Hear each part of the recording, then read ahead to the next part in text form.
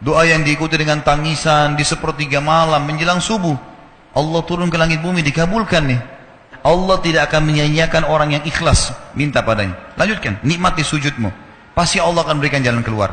Dia tiba-tiba lupakan saya dan lupakan si pemilik uang. Dia langsung angkat kepalanya ke langit sambil menangis mengatakan, "Ya Allah, aku mencintaimu." Terpenuhi kebutuhannya, gitu kan?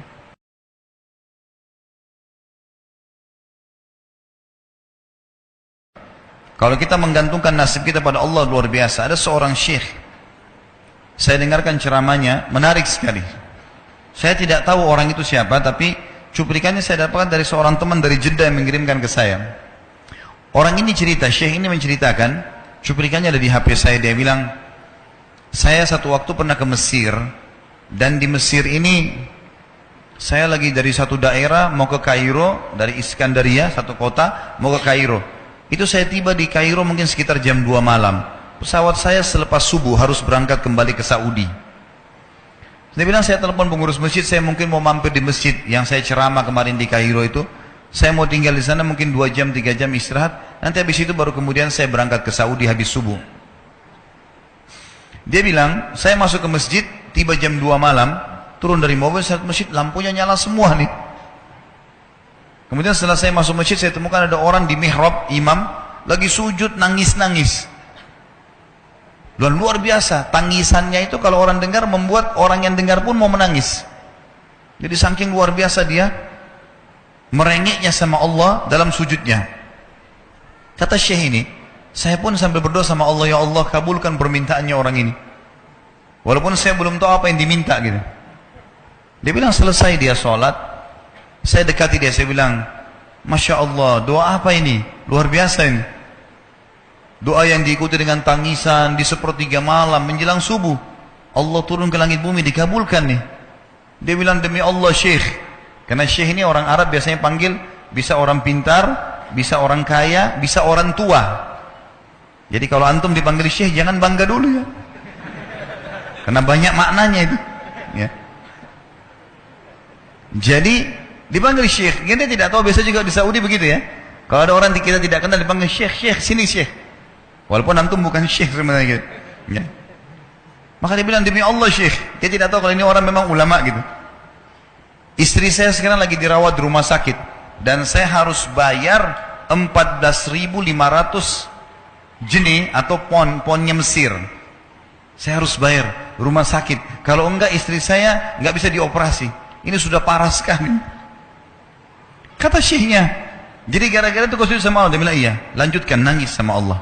Allah tidak akan menyia-nyiakan orang yang ikhlas minta padanya. Lanjutkan, nikmati sujudmu. Pasti Allah akan berikan jalan keluar. Dia bilang, iya baik. Orang itu dia bilang kembali lagi ke mihrab, nangis lagi. Sholat sujud sama Allah, ya Allah. Dan dalam doanya begitu. Ya Allah, istri saya mau dibayar besok rumah sakitnya. Jumlahnya sekian, saya tidak pegang uang 1 jenih pun. Ini 14.500 jenih. Banyak sekali. Maka dia bilang, orang ini bilang, baiklah kalau begitu. Syekhnya ini bilang, saya mau tidur dulu. Saya istirahat 1 jam, menjelang azan subuh dia bilang, ada marbot masjid datang bangunin saya. Sudah azan, saya sholat qobliyah, sholat sunatul fajr.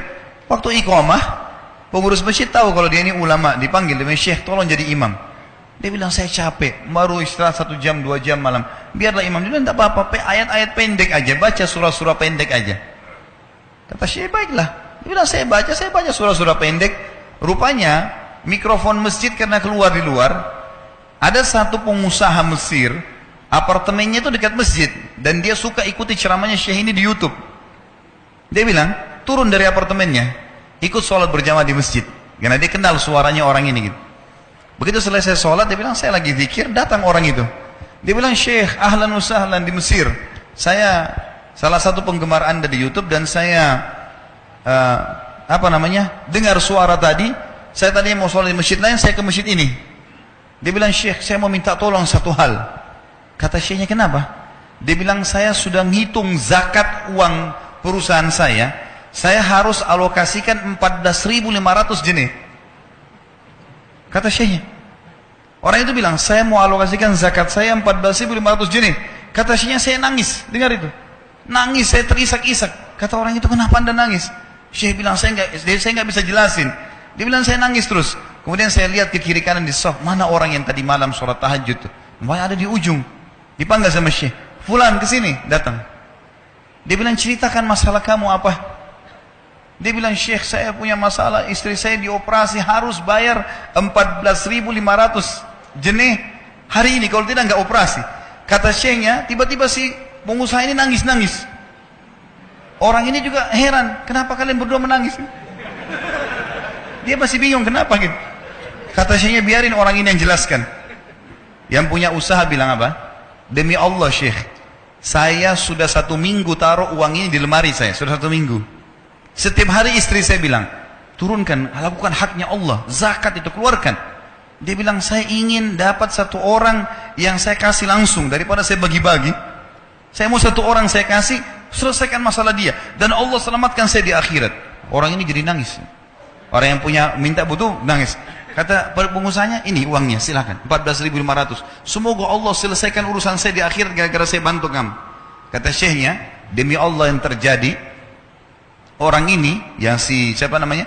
Orang yang punya uang ini, yang dikasih uang, dia tiba-tiba lupakan saya dan lupakan si pemilik uang. Dia langsung angkat kepalanya ke langit sambil menangis mengatakan, ya Allah, aku mencintaimu. Terpenuhi kebutuhannya, gitu kan? Kuasa Allah. Teman-teman, cuman kita selalu buru-buru. Kalau seseorang kita di perusahaan mau dinaikkan gajinya saja, mau naikkan jabatannya, dia harus tulis permohonan. Tidak mungkin juga baru hari ini dimasukkan kemudian ketuk ruangan dirutnya, mana permintaan saya kemarin? Atau hari ini, nggak mungkin. Seminggu dia sabar, 2 minggu dia sabar, dengan berharap datang panggilan. Kenapa dengan Allah subhanahu wa ta'ala kita tidak begitu teman-teman?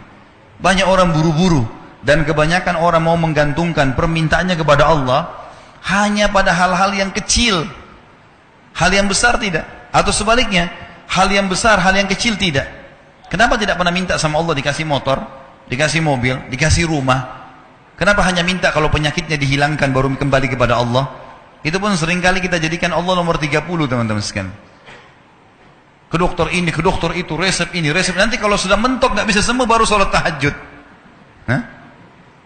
Salah. Islam mengajarkan kita apa?